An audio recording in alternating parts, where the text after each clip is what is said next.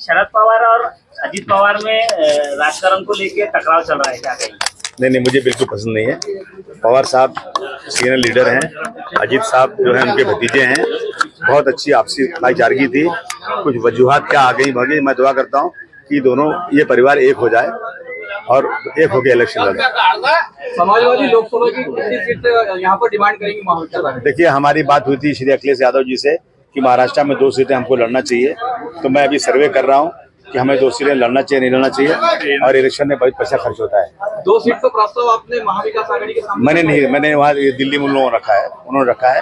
मैं भी अभी समय है थोड़ा, मैं सर्वे करने के बाद 8 तारीख को बॉम्बे पहुंचूंगा, उसके बाद फिर डिस्कस करूंगा इस बात पे। आने वाले लोकसभा में 400 के पार जाने वाले ऐसे भाजपा बता रही है, क्या कहेंगे? नहीं, ऐसा भाजपा बता रहे तो भाजपा को अब कहाँ से पता चल गया, लेकिन लोग क्या कह रहे हैं ना, बहुत सारे लोग कि इनकी सेटिंग है ईवीएम में, इसलिए वो बोल रहे हैं। पहले से मालूम है कि भाई कुछ भी हम पार कर लेंगे।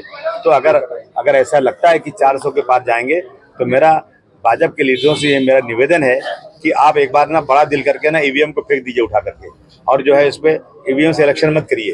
तो फिर अगर 400 पार होगा ना तो फिर आप बोल सकते हैं कि भाई तुम्हारे जितने लोगों के ये थे हमारे ऊपर आरोप थे ना, वो आरोप खत्म है, फिर भी हम पार कर गए, तो और ज्यादा मजा आएगा। भाजपा नितिन गडकरी पर अन्याय कर रही है कि उनका नाम नहीं लिया। नहीं, मैं भी कहूँगा अगर नहीं उनका नाम लिया तो अन्याय ही है ये।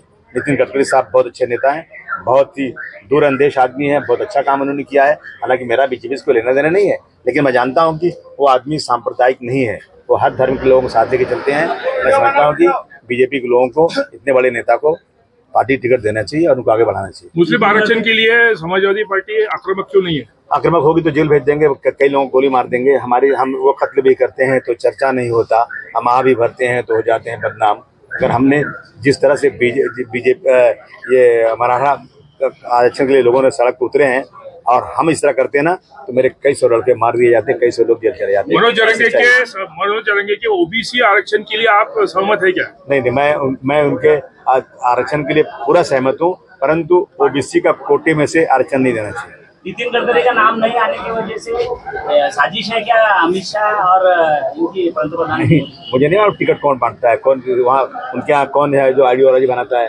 तो ये तो मुझे मालूम नहीं। लेकिन कोई भी साजिश कर रहा है तो ये साजिश अच्छी नहीं, ये बीजेपी के लिए नुकसानदेह होगी। आप समाजवादी से लोकसभा लड़ने के लिए इच्छुक है क्या? नहीं, मैं कभी नहीं लड़ूंगा। मैं महाराष्ट्र में रहूंगा।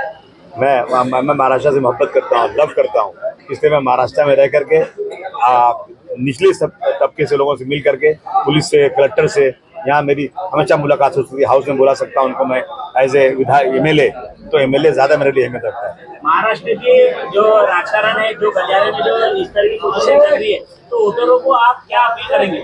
मैं वोटरों से कहूँगा कि सब अपना नाम चेक कर लो। कुछ लोग ऐसे हैं जो आपका नाम कटवा देंगे और सुबह 6 बजे 7 बजे चले जाना जल्दी से, नहीं तो आपका वोट भी चुरा लेंगे। और 100% वोटिंग करना। मैं माँ और बहनों से जो बुर्का पहनती हैं उनसे भी कहूँगा कि आप जाएंगे तो आपका बुर्का उतारा जा सकता है, आपको 4 घंटे बाहर खड़ा किया जा सकता है। उस सारे दुख आपको बर्दाश्त करना है और आपको 100% वोटिंग करना है। महाराष्ट्र की कौन सी 2 लोकसभा की सीटें जो समाजवादी पार्टी मांगने वाली? जो अगर हम मांग सकते हैं, अभी हम सर्वे कर रहे हैं, लेकिन मालेगांव, धुलिया और मुंबई की जो है ना नॉर्थ ईस्ट सीट ये हम मांग सकते हैं, लेकिन देखते हैं क्या होता है।